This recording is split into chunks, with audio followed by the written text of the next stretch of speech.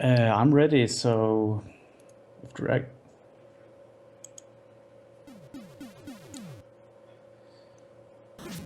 All right, dragon is ready. Okay. Zero Noin makes a good point. Mouse and Friends is the real name in this game.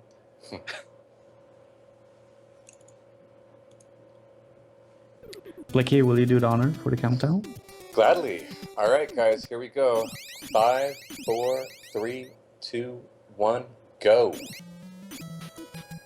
Yeah, so I love this game. What makes this game so cool is that you have 4 different characters to choose from, all very unique from one another. And in these first intro levels, you're really going to be able to see, since there's an intro level dedicated to each specific character you can play as, you're really going to be able to see kind of what makes each one unique. So you see here, you're introduced to Samson, the title character. He has these little bells he can throw. He's a kind of standard character. He has these little bells he can throw that deal a small amount of damage, and otherwise he's able to climb on walls and ceilings and just kind of traverse the platform, the levels normally. So these little bells he throw do 1 damage each, which compared to the other characters that you'll have available is by far the least amount of damage. So he'll see very, very little use in the run. Next up we have Kikira, the dragon. Kikira is very, very cool. He's able to hover, basically, and he moves pretty quickly as well, though not as quickly as one of the later characters we'll see. So you're able to use that hover, but you're also able to use this charge attack. Kikira's uncharged attack does 1 damage, the little tiny fireballs, and you can see when he charges up, his fully charged one releases 3 fireballs at 4 damage each. So there's kind of a lot of front load damage, but unless you're able to really, really spam like crazy, the single fireball damage is very little, and even then, you'd rather just use another character anyway. The next one up is Gam the Golem. He moves very, very, very slowly. His attack does deal 5 damage, which is quite a bit, but comes out very slowly. And even if you're hitting an enemy at point blank, there's kind of a... So you think that you're able to spam that attack, the attack still has a kind of cooldown, so you're not really able to spam it that effectively. His other kind of special ability is that he's able to walk on spiked ground like you see there, but that doesn't come in too handy during a speedrun. One thing you might notice is that as they're landing on those little the health pickups, there's a small amount of pickup time. So ideally you either avoid them or you hit them when you have full health, but that's just a kind of frames thing anyway. So this last one is the mouse named KO. He's by far the most important character in the run. He moves the fastest, and his attacks do insane amount of damage. There are these little bomb attacks. Basically, if you are able to, he doesn't even throw the bombs, but he just places them. So I'm going to talk a little bit more about that as we see them later. You won't see it immediately. Next up is this mini-boss, Kikira. There's a small amount of randomness. CT actually got the better luck. You want him to charge rather than to fly around. So CT got a little bit better luck. If he charges rather than flies around, that saves 2 seconds. So zips have actually become a very important part of this game. So now that they've got all 4 characters at their disposal, they're going to be using the mouse most often. And they're going to be doing a zip very, very early. So to describe briefly, the end of this level is kind of like an upside down L.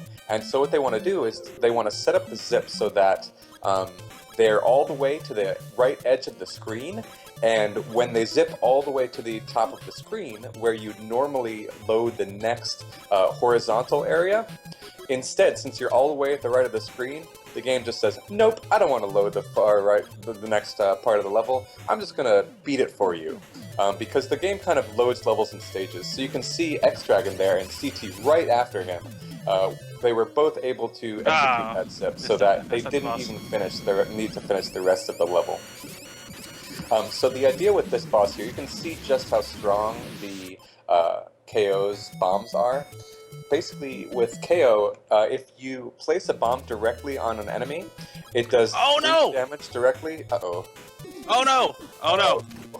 Kill him! Oh god! Oh, you got me so scared there. I thought you died. Oh. I did too. Oh, X-Dragon did die. He lost KO. So we'll get into the implications of that. But yeah, so I We're just on wanna easy, talk... so there's really no implications. Oh, easy. That's right. That's right. So fortunately, KO does the most amount of damage. His bombs do 3 damage directly if you use them right on an enemy, or if they're able to explode. Oh no! Their explosions deal 1. Oh, that's a bad death. Yeah, I thought I was gonna clip on the side of that last block, and I didn't, so I pressed jump in extra time, and you saw what happened. The bomb explosions deal 1 explosion per frame. So if you're able to catch a boss in one of those explosions, it just deals 1 damage per frame, and those bombs can stack on each other.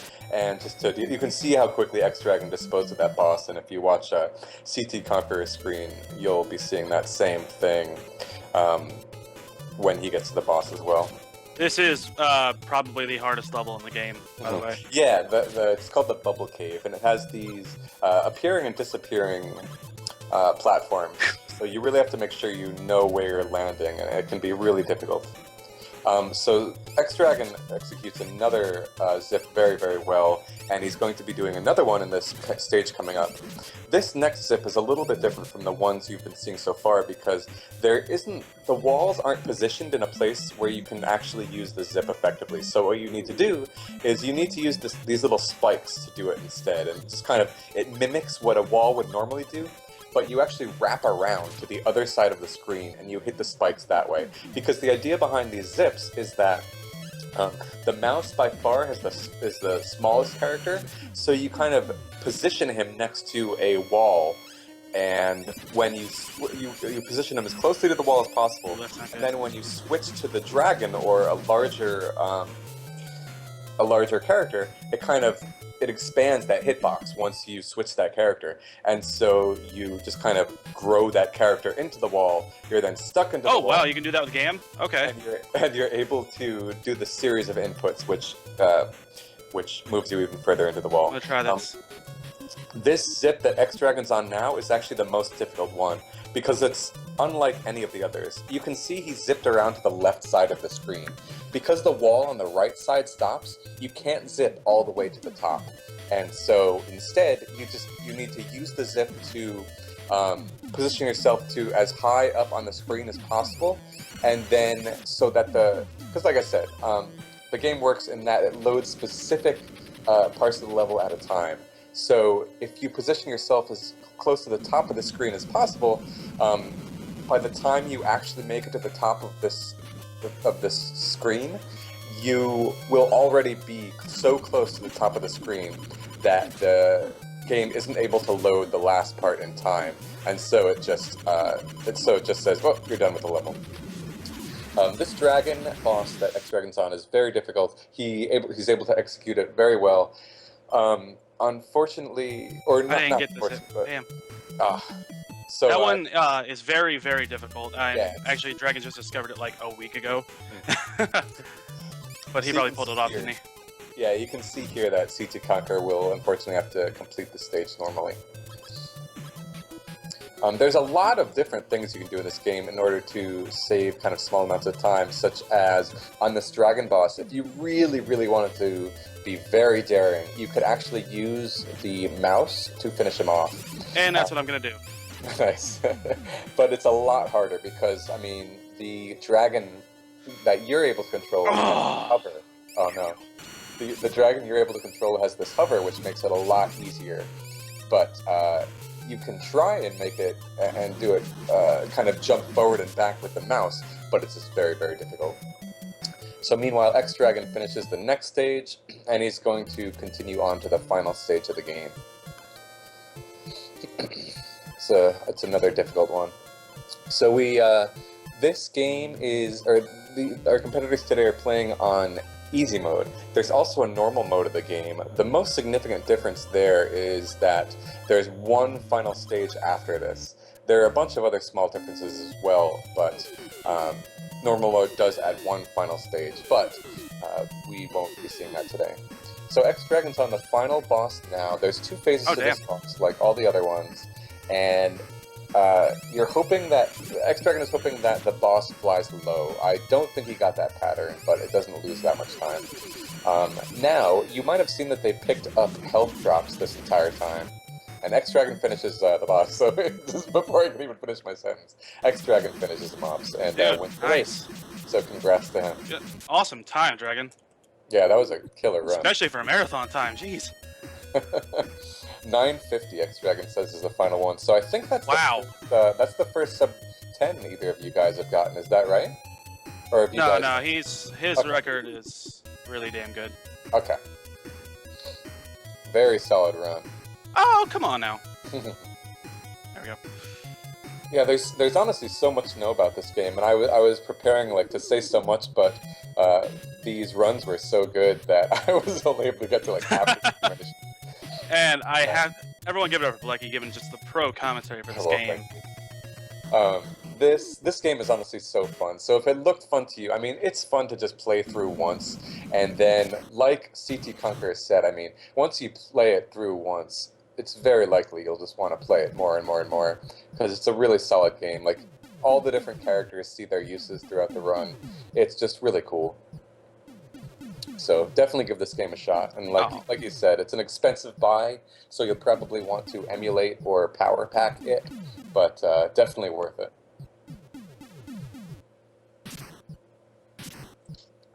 CT finishing up the final boss here as well. Ooh, that was an awful first cycle. I used up all my luck on Mascapade. Alright.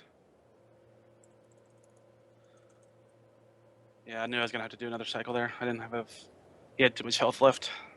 Yeah, so ideally, because the mouse has these 2 different kind of dynamics to its attack, both the explosion and the direct damage, you can position your attacks so that you, depending on how you depending on, and I did that. You can take him down really. Oh, jumped right. I was laughing too hard and accidentally pressed my jump button. Nice. So we'll be seeing this boss again. But yeah, depending on how you place your bombs on basically every single different boss throughout the game, you can beat the different bosses very, very quickly or a bit more slowly, just depending on how you place those bombs. It's a pretty tricky game, and you wouldn't think it, but just because of the way that the bomb's direct damage works, it can be a pretty mashing-heavy game as well. And being able to one-cycle this final boss is very dependent on your mashing speed. And time. Alright. Lucky, thank you again for the amazing commentary. That was awesome. Happy to help. So yeah, big ups. Dragon, good game, man. I if he sub 10s in a race, I got nothing, you know. Yeah, that was really great guys. CT, 2 good races. Dragon. Thank y'all so much for having me. Lecky, always top-notch commentary. Everyone always looks forward to that. Yeah, really good run to you guys. Well, thanks a lot. I'm gonna jump out here. Hope y'all enjoyed. Thanks a lot. All right, CT. Make sure you follow X-Dragon and CT Conqueror. They play this game a lot. It's super fun game, even casually. They both play other games as well. Definitely worth a follow. Really entertaining guys. And sorry I had to put the kids to bed, so I had to sit out a intro there before that. But next up we have Kid Icarus Race. And this one's going to be really exciting. Darkwing Duck versus Jorf. Both guys at one point had traded world records. I think Darkwing has taken it. I think it was Bad Breaks who found a new glitch at the end of this game that allowed to skip one of the final bosses when training for Big 20 number 3. And then watching Jorf and Darkwing immediately jump all over that to lower their times was a lot of fun over a couple of days. So these guys are definitely the best in the world at Kid Icarus. and we're lucky to have him here racing for us. Yeah, I don't think they've raced in a marathon before. They've each done at least one run in a GDQ, and I think a couple on their own private marathons as well. But they've never competed head-to-head, so this is a first today. That makes it even more exciting. Yeah. This is one of my favorite games as well. It goes so deep, and we'll be going through that as they get into the race. Oh, great. So you're hanging out with us, Blecky? Yep. Oh, perfect. That's awesome.